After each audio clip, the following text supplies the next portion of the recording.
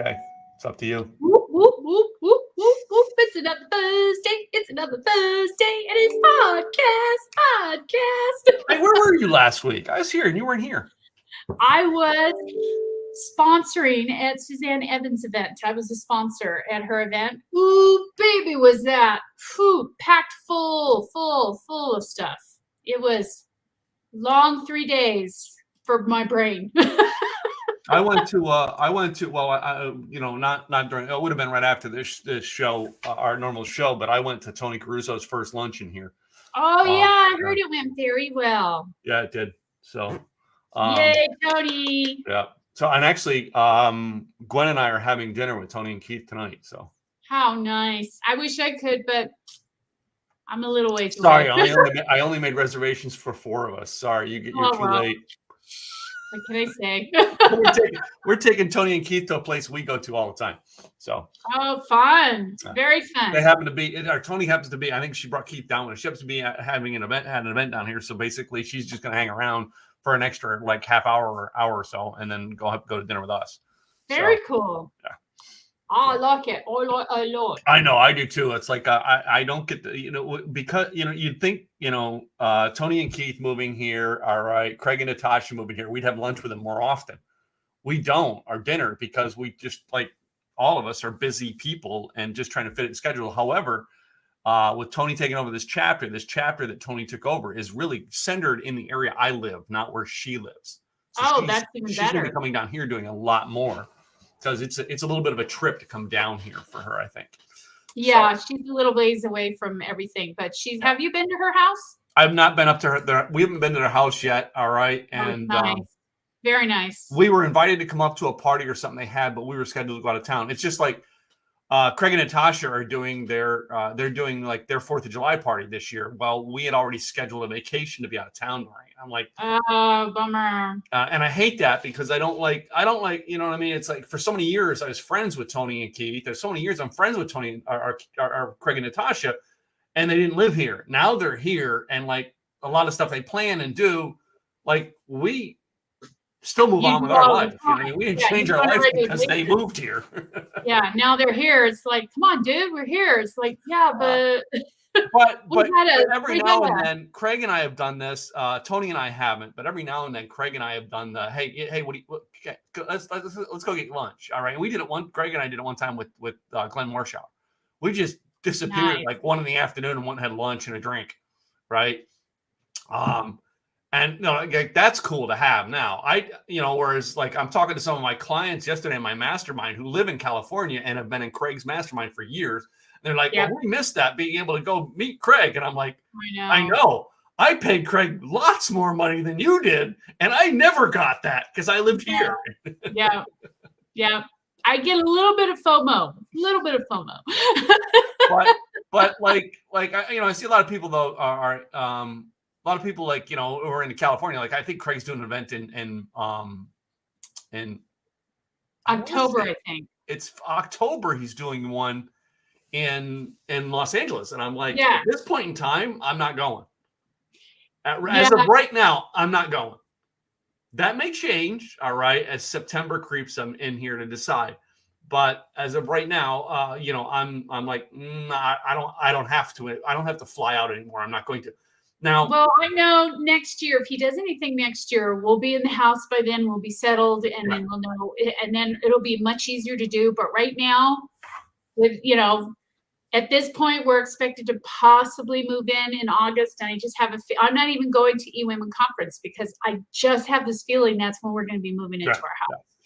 And plus, we're going to 2 weddings right before that, and not coming home until like Tuesday, and the event starts at Wednesday.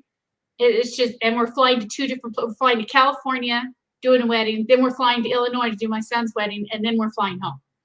Yeah. So it's just too much. And my husband's like, I know you love this, but it's just, and I'm like, I get it. So before everybody thinks that I'm isolating Craig, I also said no to the end of June, a seminar in Honolulu, Hawaii. Torture. Okay, I've never been to Hawaii. All right, it is the one state in the United States that I've not been to. Yeah, right? we haven't booked food either. And like I've driven in all of the lower 48, but the ones outside, like I've visited Alaska once, but I've never visited Hawaii. And people are like, the flight to Alaska, I remember when I went, I couldn't stand it. It bugged the shit out of me flying that far. All right. Yeah, it's a long way. But the flight to Hawaii is a long, like I'm looking up everything. Like I could afford to do it, but I'm like, I don't want to sit in a plane that long, especially now. All right. I'm going to have to do quite a lot more 4-hour flights before I get in a plane to fly that long to go to Hawaii. Yeah, it's a lot. It's a lot. And speaking of a lot, we have a lot to go over today. Yeah, we do. What's up with that? So I have a great topic that I'm sure is on everybody's lips today, is that Elon Musk takeover of Twitter. I mean, I know it's not a done deal, but it looks like it's pretty done for the most part. But I know it has to go through its channels and that type of thing. But I think he bought it for what, $44 billion? $44 billion. And let me ask you this: have you ever bought or acquired a company? No, I can't say that I have. I have. I've bought and sold companies. So never bought one on a scale the size companies that Elon Musk buys, but yeah, just because the sale's been approved doesn't mean this is a done deal yet. No, and then there's also the SEC that he has to go through, yes, and the whole, all that stuff. But I think the interesting part about this is I personally believe that he's probably going to take Twitter back to being private. He is, yeah, public. He's taking the company private. Which I think we've had this discussion a little bit. I personally think putting a company as private is better, especially if you want more control over that company, as opposed to making it public. Because when you make it public, now you have to have a board, you have shareholders you have to abide by and make happy. And sometimes there's a mix in regards to what you think should happen and what they think should happen. I mean, that's what happened with Steve Jobs. He got kicked out of his own company, for Christ's sakes, that he built and so forth. He ended up coming back. Well, yeah, of course. And when he came back, the company, like, how far did the company go? Like, come on, like. But its board members just said, "This ain't working, bud. You're out of here." So and then they learned that wasn't really the factor, because eventually he had to come back to revive the company. But here's the thing, though. When it comes to social media, and this is the biggest thing that we've been discussing, is if people are getting a lot of their information on social media, which a lot of people do and shouldn't be, but a lot of people do. They go on there to get information on the government, crime, life, all kinds of stuff, and they take it to heart a lot of times, which, as we know, you have to take like a grain of salt, because you have to do your due diligence and find out if it's true or not, which we found out a couple shows ago. I took to heart and then found out I was wrong. So it's kind of it's that fine line of social media that, okay, and I know he's talking about freedom of speech and so on and so forth. And that's a whole other entity when it comes to social media, because as we talked about, the cancellation culture, they think what they're saying is true. And then the other people that are being canceled out think they know what's so. And I know that Musk is more about free speech and that type of thing. So is it possible that when he starts to bring this on and we start to see how he's running the company and managing it, I don't know, maybe he might do something that's revolutionary, because he has with a lot of his companies, that all the other social media companies might say, you know what, that's a good idea. We can do that too. We can do that too. But I mean, freedom of speech, what do you consider as freedom of speech? Anything you want to say? Or when it comes to freedom of speech, the one statement that he made, all right, and I should have pulled the tweet up in a picture to show, because I looked at the tweet and I thought it was interesting. And he said, freedom of speech is, I hope my worst or my best, what did he say? My best opponents to this, my best, the people who oppose me the most, I want them to stay on there, because I want their opinions to be heard. That's freedom of speech, man. When you can actually say, you know what, Katrina, you disagree with me, but you have the right to disagree with me. Yeah. And I think that's where we lost the free speech And I think we have people on sides taking, oh, great, we get a voice now, not realizing that what that voice means. Yeah. I remember, in 2017, when we went from really the strongest political thing that we had in social media was the Obama years. That was the strongest growth of social media. And then having to switch from, a Democratic-led world to a Republican world, and now social media is out there, was where it looked dirty. And I actually had a friend who, this man spoke at my events, friend, hang out with him at coffee, friends, loaned him my car, friend, right? Made this very hateful comment on social media towards Barack Obama. And I'm not a big fan of Barack Obama's, but I refuse to let that, because some of the people, just because we think freedom of speech, while it's the left who's got it or the right who's got it, yeah, it's hate speech goes both ways. All right. And freedom of speech goes both ways. Both ways. All right. But we're saying a lot like this might come up with, no, we're going to bring hate speech back. And everybody's worried that we're going to have the mean tweet orange guy back on there. Can I tell you this? I don't care if he's back on or not. Really. It's freedom of speech. You can't kick someone off because you don't like their opinion, is what the point of this is. Just because I disagree with you, Katrina, doesn't mean I kick you off the platform. No, and I agree with that, but I think to a certain degree too, depending what stature you have in society, whether that be you're the ex-president or the president, mm-hmm. or your ex-government, or you have a certain, I think you're looked upon as a certain entity that people look to for advice and for information. And then that way, sorry about that. And then that way, I think you have to abide to different rules, because people are looking at you in a different way. Bye, dear. Sorry. Well, yes, I agree with you, but do you remember, all right, so like right now the NBA playoffs and the hockey playoffs are going on. Do you remember the day when the NBA players, when they were seen in public, when they came out for their news conference, they had to have their suits and ties on? Do you remember those days? They had to be presentable. They had to be presentable. Do you remember the days when they were out in public? All right. They had to be presentable. Yeah. All right. If you did something that was mean or rotten or out there, all right, when you did that, in public back then, you were then suspended from a couple games. Yeah. I remember, what's his name was the Cowboys coach, the longtime Cowboys coach, that basically he had disciplinary personal things in your life that if you didn't do, you weren't playing that Sunday. Yeah. There were certain standards that were put in place that I think we've gotten away from. Yeah. And I think personally, I think we need to go back to those. I mean, even look at the music groups and the bebops and so forth. When they did an interview, they were completely polished. They knew what to say. They knew how to say it. They went through, I guess you could say, etiquette school and so on and so forth, what to say, what not to say. And some people may say, well, that's not freedom of speech. It is to a certain degree, but there's a point that I think when you're in that type of position, you're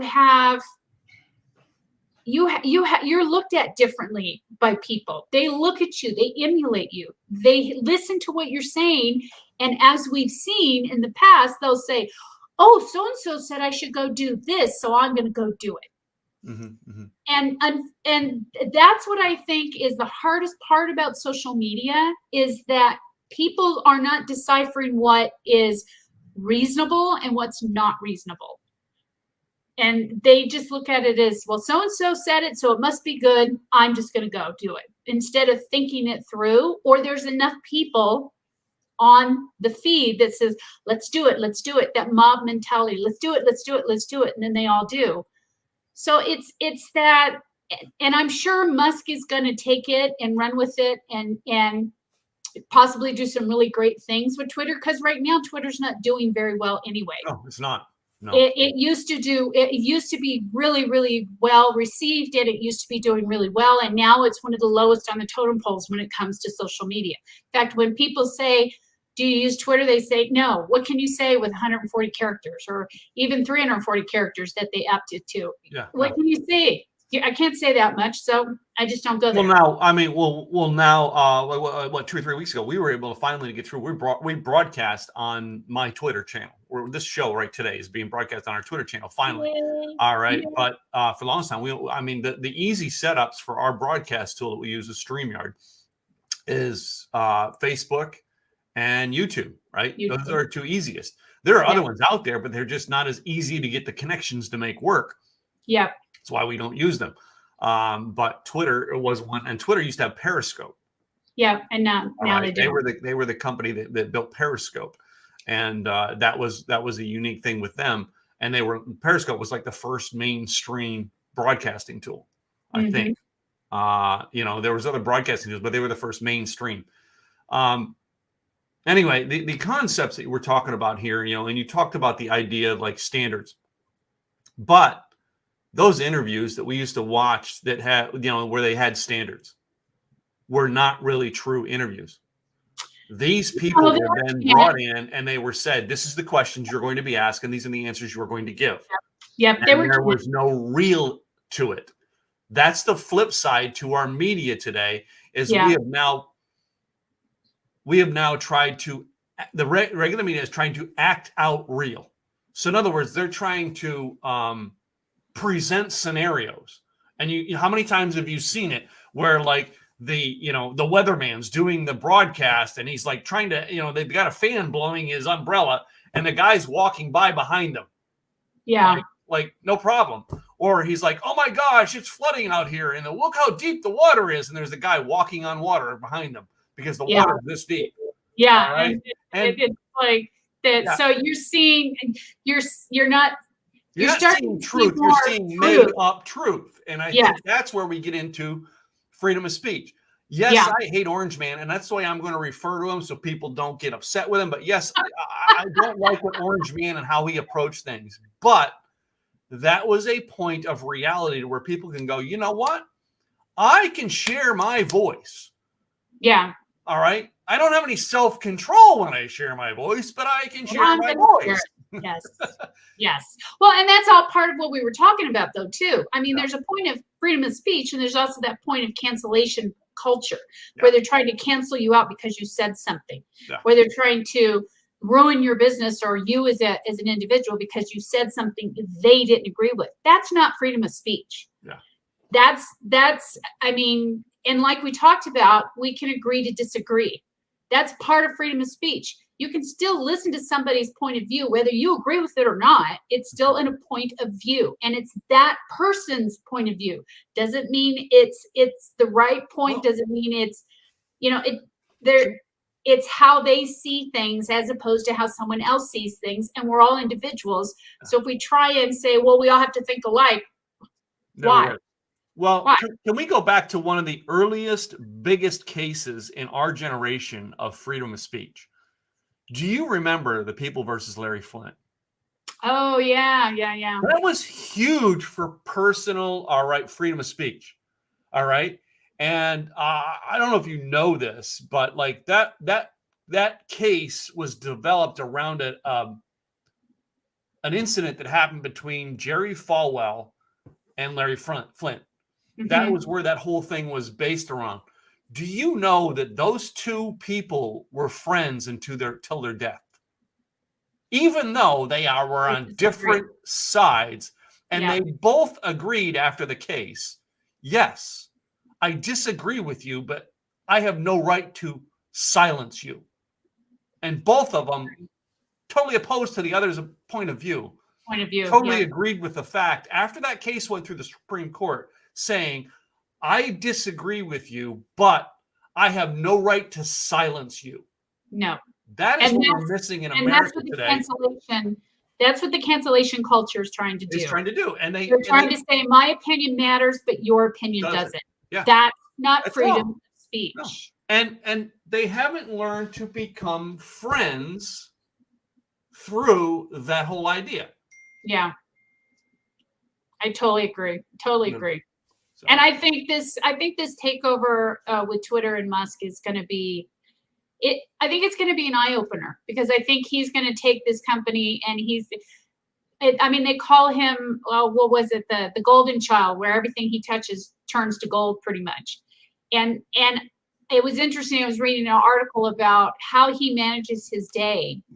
And they were saying that we could all learn by that because he doesn't try and do several things at one time. He concentrates on one thing at a time, gets it done, then he moves to the next thing, concentrates on that one thing at a time, then he moves to the next thing. Yeah. But he has his full attention on that one thing, where a lot of us try and do too much. I'll do this over here and I'll do this over here, and then we're not really giving our all to that one important piece. We're just giving a little bit here and there, which, as we've known, doesn't work so well. But he really, when he's in, he's in. So I think he's probably going to change. Personally, I think he's going to change the whole way we're going to look at social media. And I think he's going to change how social media is looked at and reviewed by everyone else. And I think he's really going to mix things up so that the other social media channels are going to be sitting there going, whoa, wait a minute. I think there's already, I mean, like I get a newsletter from Parler, right? I joined that. I can't remember how many years ago, but I never do anything on it. But I get a newsletter from them, and already they're like, putting all this stuff out because like they thought they were the free speech anyway, but they're not. I was thinking about something else on this that was mentioned that I really wanted to cover in this, and I wanted to tweak this a little bit. Is the amount of money he's paying for this? Have you seen the social media posts that basically say $44 billion? You know what he could do with $44 billion that would help the world more? And I mean, a friend of mine put this up as a joke on his social media post. And I said, my comment to it was, I always like when people with no money try to tell people with money what they should do with their money. Yeah. Yeah. All right. And we don't know. He could make a big, huge change. By doing this, he could make a huge change and change the whole sphere of social media. Yeah. We don't know. But most people will judge him for what he did. All right. Yeah. And most people don't know the real Elon Musk. Elon Musk is putting 44 billion out. All right. And he's probably still sleeping on friends' couches.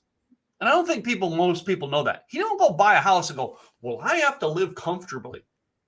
I have to have a certain meal every day. He doesn't have that in his world. All of his money is tied up in his businesses, and he doesn't have a freaking salary. No. And they say he really lives underneath his means. He doesn't live beyond his means. And that's being smart. It's not.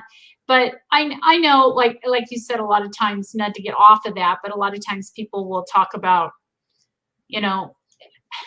wow, he's got all this money. He's got all this money. Hi, Rob. How are you?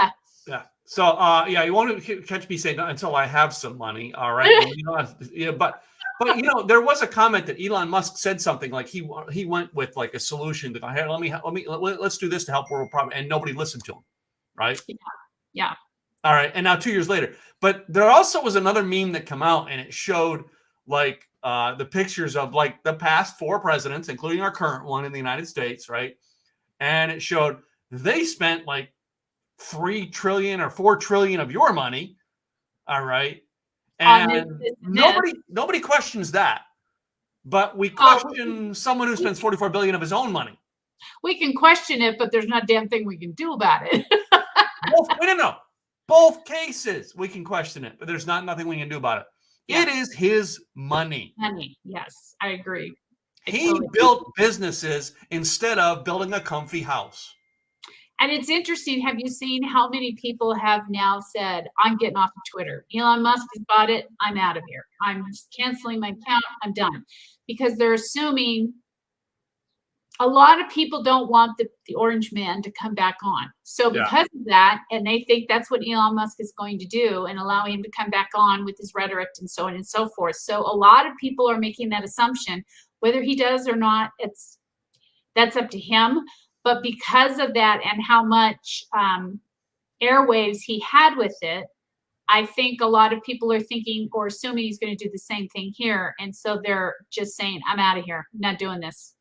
And I'm going to tell you this, all right, as someone who's a business person and has been a business person most of my life, when you tell me, well, I'm going to leave if you don't do blah, blah, blah, I'm like, bye. Yeah.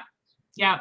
And this is my whole platform is telling people, hey, here's how you build a bigger list so you can tell your worst customer bye at any point in time. If you're stuck on, well, I can't get rid of that customer because I need the money, build your business bigger. Yeah. This is what Elon Musk is going to do. He's going to build his business bigger. And the people who disagree with him, he's like, okay, bye. Exactly.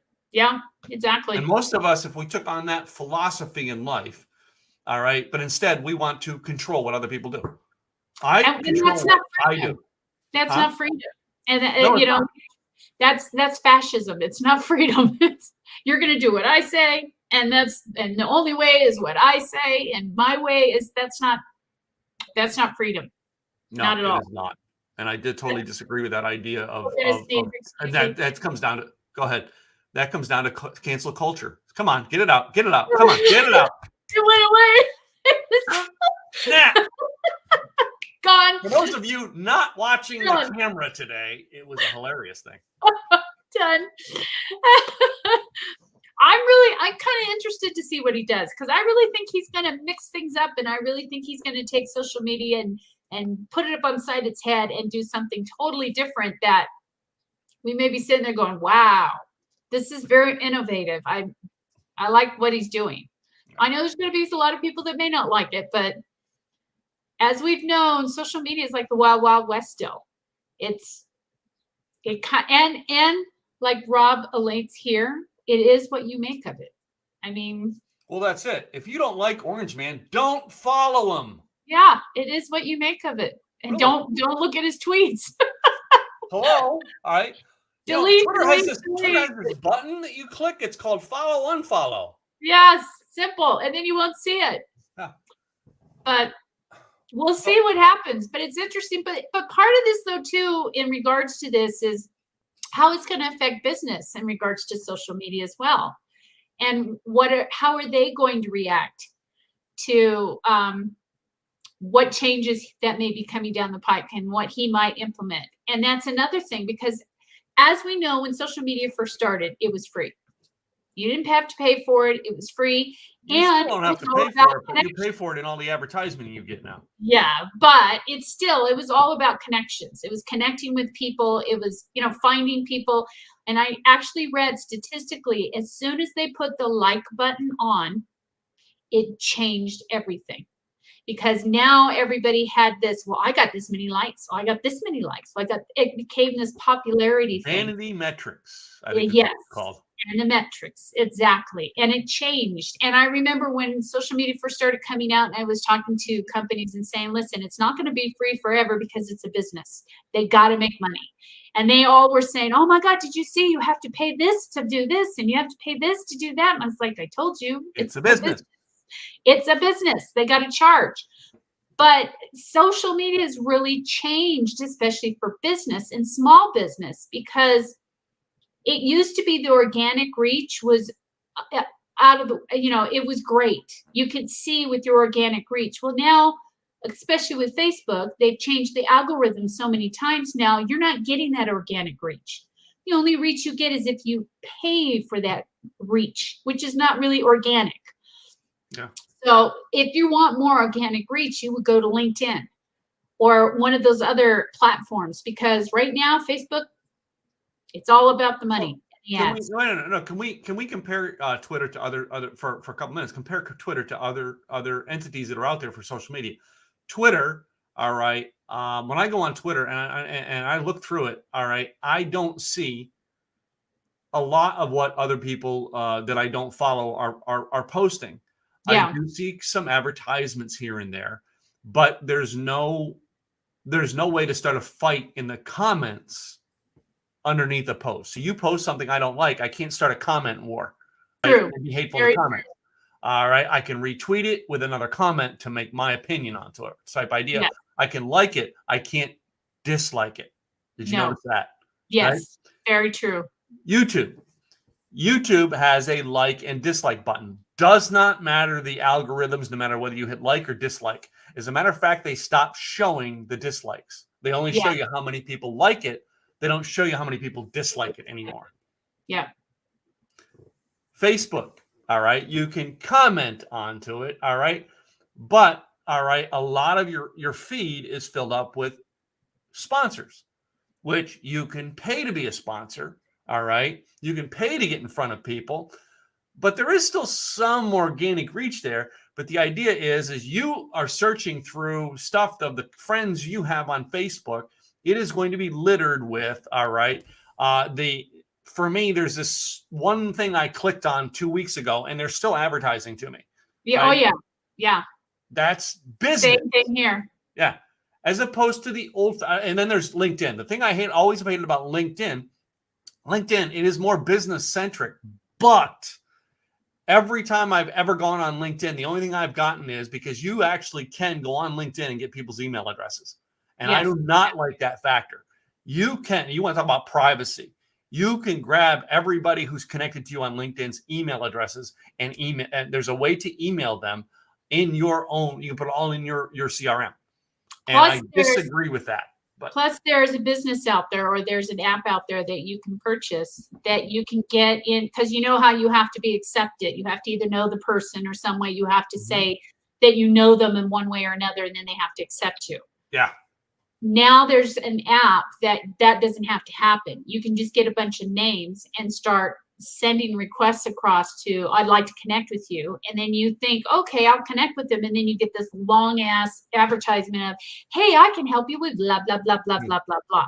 They're selling you before they don't even get to know you. Yeah. And I know that people that I've talked to that work with LinkedIn said that, yes, that's an app and it's not legal to do on LinkedIn, or it's not what they approve of, but it's still out there and people are still doing it. Well, in the early days of Twitter, if they followed you on Twitter, you had a way that you could basically email through the message system, and the message system would directly put an email in their email address. So you send it through through Twitter message system, like the Facebook Messenger, and then it would automatically go to their inbox of their email, right? And Twitter took that feature away. If LinkedIn put a feature to where basically you can message them in LinkedIn, but you can't get their email address. For LinkedIn, it's because they can get you their email address. And I had a guy one time from Australia. It's got to go back about 5, maybe 8 years ago this happened. The guy connected me on LinkedIn, sent me a message within a matter of minutes, all right, sent me an email address within a matter of hours, and called me within a day. Like, trying to sell me his product. Yeah. And I remember, this is where I started to get my attitude of F off. You know, I was like, and if you think about it, a lot of times, especially with social media, we're still not using it properly as business. No, we aren't. And I've told people this over and over again, but they still don't get it. We're not there to sell on social media. We're not. That's not what it's about. Think of it this way, and I try and tell people this all the time. If I came up to you and said, hey, Tim, my name's Katrina Garcia, and I do websites, and I would love to help you with your website, da-da-da-da-da-da. I don't know who you are. I don't know anything about your business. I don't even know if you need a freaking website. You need to get to know that person before you're going to start selling them out of the gate. Yeah. And that's what social media is about. There's a big key word in that is the biggest thing that people don't realize. Social. It's social. It's about, and I love, John Limbacher says it all the time in his stuff. And John always says there's nothing that can be done in the online world that hasn't been proven in the offline world. True. Very true. And we look at it, all right. Look at the online dating. When you and I were kids looking to date, all right, we would go to a bar, and if we were shy, we wouldn't walk up and talk to anybody, right? All of a sudden, these people got, shall we say, balls of steel when they get on the social dating sites. Yep. And now they're jack cool, or Well, and they don't have that. That's the thing, and I think that's the biggest drawback on social media is that you don't have that face-to-face. Yeah. And we've had this discussion that when they have said 90% of the people that say mean things on social media, if that person was facing them right then and there, they wouldn't say it. That's it. But because they have that filter and that person's not right in front of them to negate it or whatever the case may be, they feel that they've got more cojones and they can just say whatever they want. But I think that is the drawback with social media, is that we don't have that filter. There's a lot of people that don't have a filter, and they just start slewing out all kinds of stuff, even stats that aren't even right, as we've seen over and over again. Mhm. But and that's why I was going back to, when people are looking, and more people are doing this, unfortunately, they're looking at social media and they're getting all of their facts that they think are facts on social media about life in general, news, things that are going on, whatever that may be. That's where they're getting their information. And that's not, and as we know, that's not the place to do it. You have to do your homework nowadays. You can't, it used to be that when you had an article or news feed or whatever that was put out, you could take it to face value because it was truthful. Used to be. Now you don't know. Is it all true? And if you watch a lot of the news feeds, you'll see accident at hotel, 230 people injured. Then the next one says accident hotel, 1,200 people injured. And then the next one, it says accident hotel, major fire, 5,000 people killed. And it's like, why are you've got, and that's why it's hard to try and decipher and say, okay, is this the true facts or is this the true facts? Well, the way we put facts out there on social, on media, not just social, on media now, is you and I could write an opinion piece, and then someone could quote our opinion piece, and now it's fact. Yeah. Hello, that's just because you and I shared an opinion doesn't make it fact. No. But with this idea, because we posted it, it is now a factual. No, it is not a factual document. It's still you and I's opinion. Yeah, it's not facts. It's an opinion. And on top of that, I saw an interesting article too that said that once it's said more than 3 times, people start to believe it. Yeah. So we could post something that said a bear ran through New Mexico and did something or other, start the feed, then have someone else pass it on, then someone else pass it on. Before you know it, it's on the news, and it never even happened. Right. Do you remember the game we played as a kid called Whisper Down the Lane? Oh, ours was called Rumors. Yeah. So basically, you started at the front of a line, all right, and whispered something to somebody's ear. And by the time it got all the way down to the other end, not even close. It was not even close. Not even close. All right? Yep. That is what's going on in our world with media. You cannot, in our social media world, get out and teach things like that, or get out and expect the fact that I'm going to say something and it's going to be known as fact by the time it gets to the fourth thing. Yep. All right. So that's the dividing point in our freedom of speech. I'm sharing opinion. Yep. When we're on this show, we're taking a news story and sharing my opinion and your opinion, right? That's it. That's all. I'm not coming out here to share the facts about Elon Musk. I don't know the facts about Elon Musk. Nope. I know his name's Elon Musk. And he's buying Twitter for $44 billion. He created Tesla. All right. He created, is it SpaceX? Yes. Other than that, everything that I know about him is hearsay. Yes. Right? I don't care what you've printed in a news story about him, it's still hearsay. Exactly. Until you're his best friend and you sit with him day in and day out and know exactly how he thinks and what he does and what his opinions are, we cannot say that's fact. I can give you one fact today, Katrina. The fact is, tonight I'm actually having dinner with your friend. That's a fact. You're not. That's a fact. Fact check. And I know one fact too is you're going to have to say hi to her for me. I think it's going to be interesting, but like I said, with business owners in regards to social media, we have to start utilizing it properly. Yeah. And that means don't sell out the gate, because you got to get to know these people first and give them a chance to get to know you. Because as we know, and we've talked about this before, people aren't going to do business with you unless they know, like, and trust you. And the only way they can I think basically, I mean, if I were to give homework assignments out, I would say go build a relationship with somebody online this week. Don't try to sell them anything. Just find out about them. Yep. And connect to them. See where it gets you. I agree. Right? Totally agree. Totally agree. It's a great concept. So I had this very interesting topic that I found, and I thought, oh my God, this says so much. In Northern Illinois, there was a couple that were they were in the process of restoring their house, and they found a 1950s well-preserved bag of French fries. And I say well-preserved. What does that say about McDonald's food? That'll last as long as Twinkies?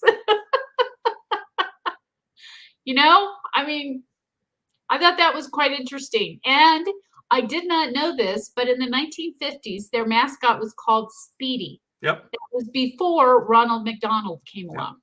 I think Speedy was before Ray Kroc took over too. Yeah, it was in 1950s. Yeah. When did Ray Kroc actually take over? Trying to think. I have to look it up. We're trying to think. Look it up. But when Ray Kroc took it over, I mean, he is infamous for rinse and repeat, rinse and repeat, rinse and repeat. And that's how McDonald's became so good at what they do. They were looking for a new franchising agent, and Kroc saw the opportunity in 1955.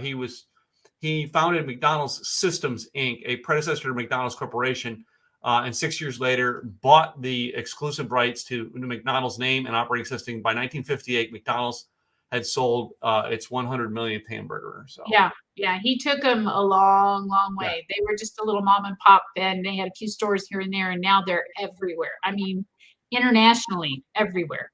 So that all right, relating to our freedom of speech talk and talking about stories. I don't know if you watched the movie a couple years ago with Michael Keaton playing Ray Kroc called The Founder. No, I have not. I love watching it because of the fact that, I mean, first of all, when a movie comes out, they're going to put the movie to a slant to make the narrative a sellable idea to make people want to watch it. Yeah. Whether it is true or not, all right? They're going to, and the movie was put out with the intent to slant and make Ray Kroc look like a bad guy. It was, all right? In my opinion, when they make movies like that, that's where we get the idea that we can come up with false narratives on social media. I agree. We see it done in the media.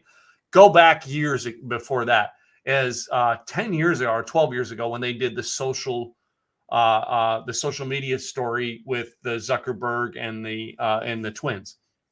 That was a good story. That was a good story. However, there was a lot of facts into that weren't true. That movie. But people see the movie, which is a dramatic interpretation to make it entertaining, all right, and they take it as fact.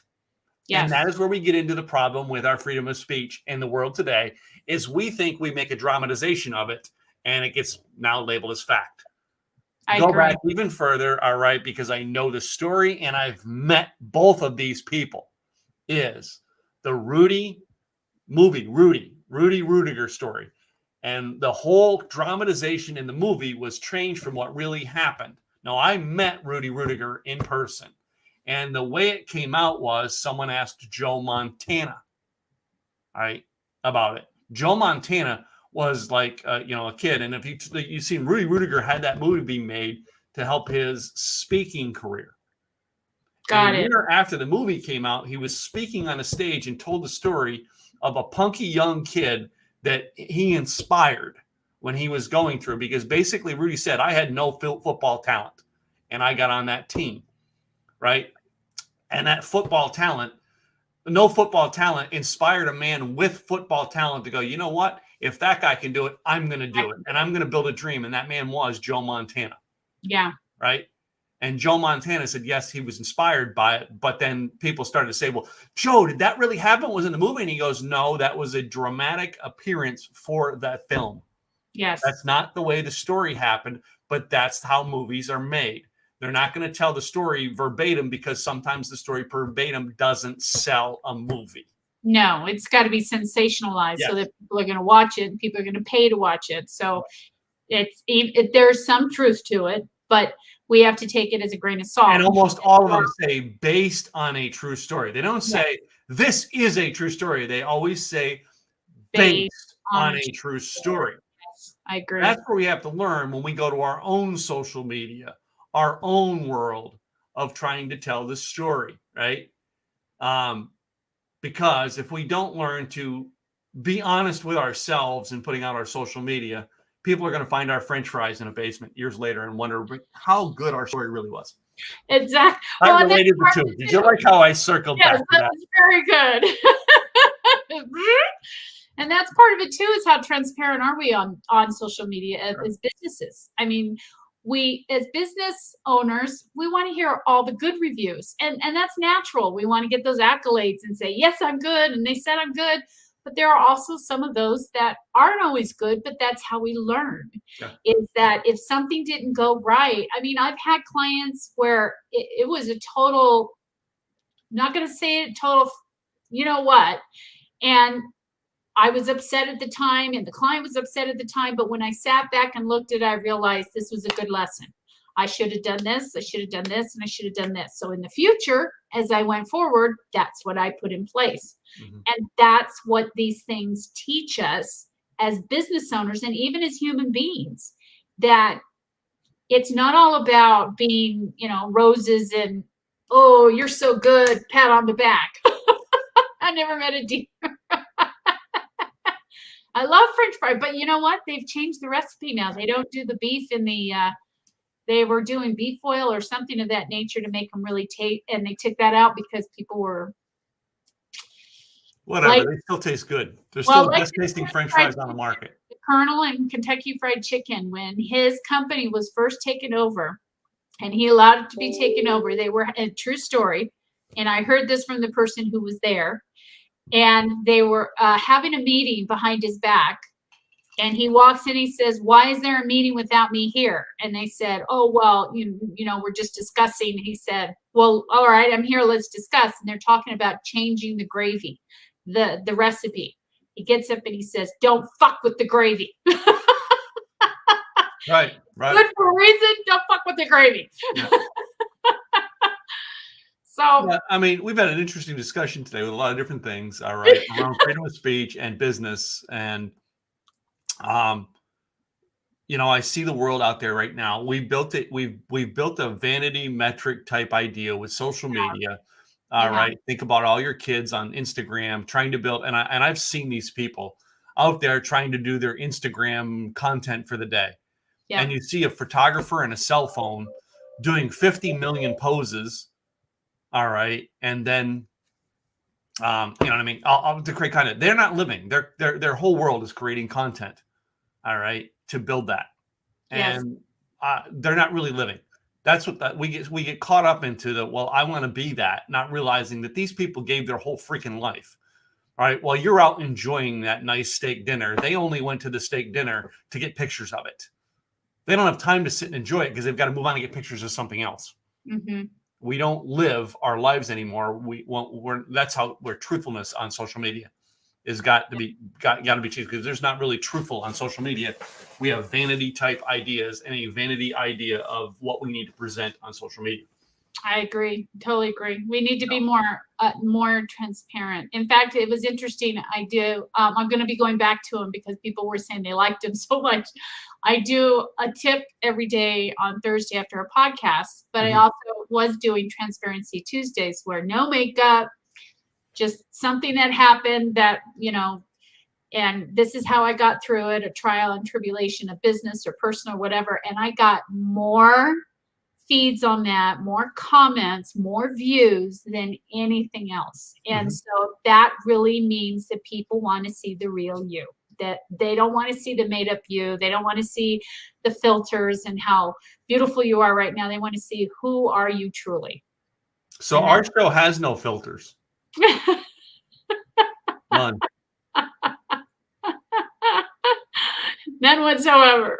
Here. See, we turn the lights off and we're in the dark. This is our real life. We're in the dark. No filters. Yes. And trust me, I do feel I'm being transparent here. I do filters on my Thursday tip. But on my Transparency Tuesdays, there's going to be no filters, no makeup. It is just me. Wow. So, and that's what people want. And that's what, you got to give your audience what they want. Yeah. That's part of it. And that's part of being transparent. And we have one resource that I want to share, which is awesome resource. It's Trello, Trello. What do they do, first of all? I don't know.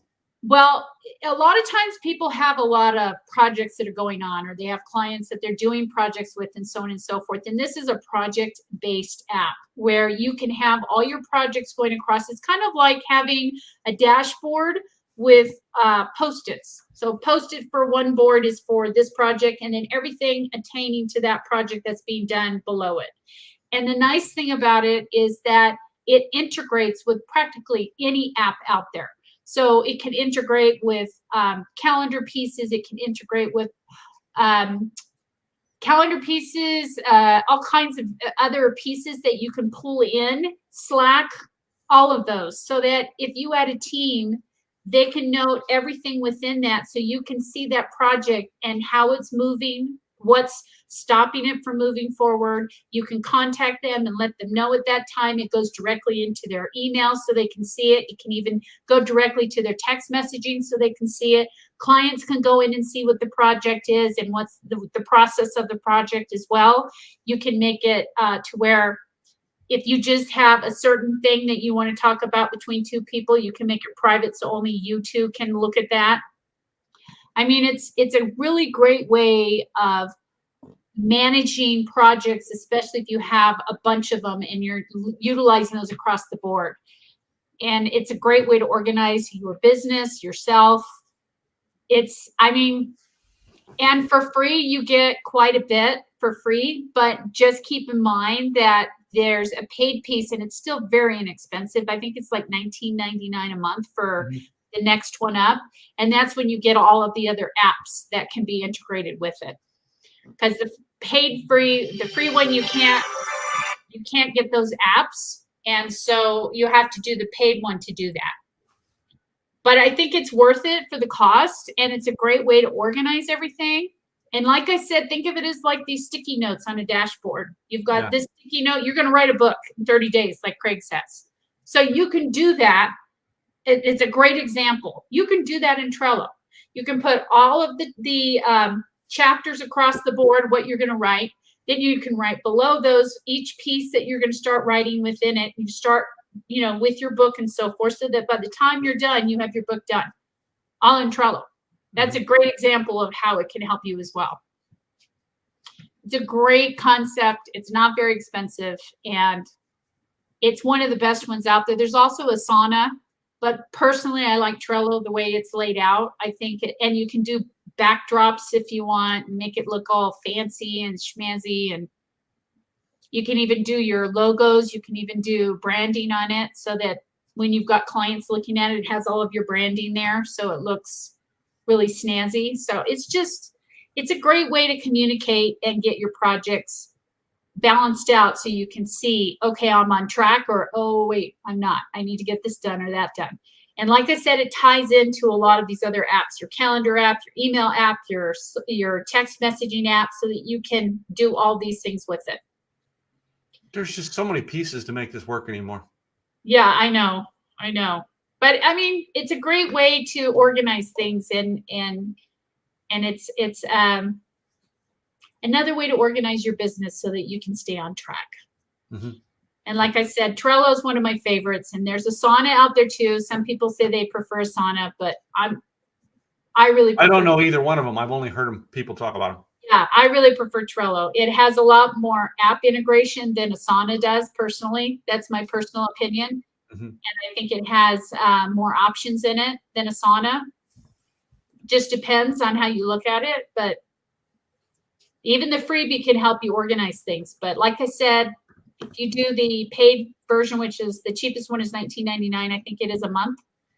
It gives you options for all kinds of apps, all kinds of apps. And on top of it too, they also have templates to set up so that, say like you're working with a team that's abroad. A lot of times people will hire people from Taiwan or India. And this is a way for everybody to connect from abroad. So it's a great way to see everything that's going on, especially if you've got a virtual team that's not in the States. Okay, cool. So, great resource. With that being said, all right, tell everybody about your business here as we close out for the week, so they know who you are and what you do. I'm Katrina Garcia, and my business is KG Website Designs, where we help you build a website that gets you leads, helps you grow your business, and makes you money while you sleep. Oh, that would be cool if a website actually did that, wouldn't it? Wouldn't it? I like it because everything I do is about making money while I sleep. So we can sleep. Cha-ching, cha-ching. Yeah. So, guys, my name is Tim Gillette. Simple Easy Marketing is my business. I help people with the Simple Easy Events is a virtual marketing training platform. Go to simpleeasyevents.com, all right, and get thousands upon thousands of all of our stuff. We have events, and we only have one time. You join one time, you get to access all of our events for life. Very true. Very true. And I've spoken on the stage a couple times. Yep. Well worth it. Well worth it. Cool. So, in the meantime, guys, all right, it's been our pleasure coming to you this week. Me from Dallas, Texas. Katrina from that other country, Mexico, New Mexico, USA. Yes, it is part of the United States. It is not in Mexico, people. New Mexico, USA. Hey, I mean, but you got to give her credit, all right? We got her out of California at least. Finally. Finally. I no longer have partnerships in California. Finally. Oh my gosh. Finally. Until next time. Thanks for watching again, Rob. We appreciate your continued support. Yep. We thank you guys all for watching and liking our stuff and sharing it. Please share our podcast out so that we can help grow our audience. All right. You know, we don't put hundreds of thousands of dollars behind to advertise this. We're just trying to build a show around what we like to talk about and what you like to hear about. So. Yep, exactly. Let us know. Let us know. So. Until then, have a wonderful, wonderful weekend. Yep. We will see you guys next week in the month of May. This is the last one in our last broadcast in April. Next month, we're already going into the month of May. Wait. Do you know what next Thursday's date is? Next Thursday's date is? I do not. We broadcast on a specific date. Next Thursday's date is May 5th. So it goes back to an ancient story where basically they were carrying a ship of mayonnaise over to Mexico. It was ordered. All right, and the ship sank in the Gulf of Mexico, and it sank on the 5th of May, and they call it Cinco de Mayo. Ah, that's right. Cinco de Mayo, man. That's Mayo, man. Just go drinking and everything. Cinco de Mayo. Let's go celebrate. I'll bring my drink if you bring your drink. So that being my other podcast I do called Like the Way You Drink with Gladys Boutwell. We're doing all Mexican type stuff with tacos. Like all of our drinks are like Mexican type drinks and beers with tacos all month long in the month of May.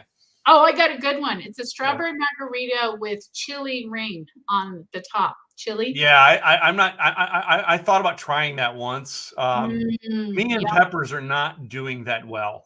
Oh, got it. It's yummy though. Yummy. It is so yummy. Cinco de Mayo next time, peeps. That's what we're gonna be. We will see you guys next week, guys. Have a great week.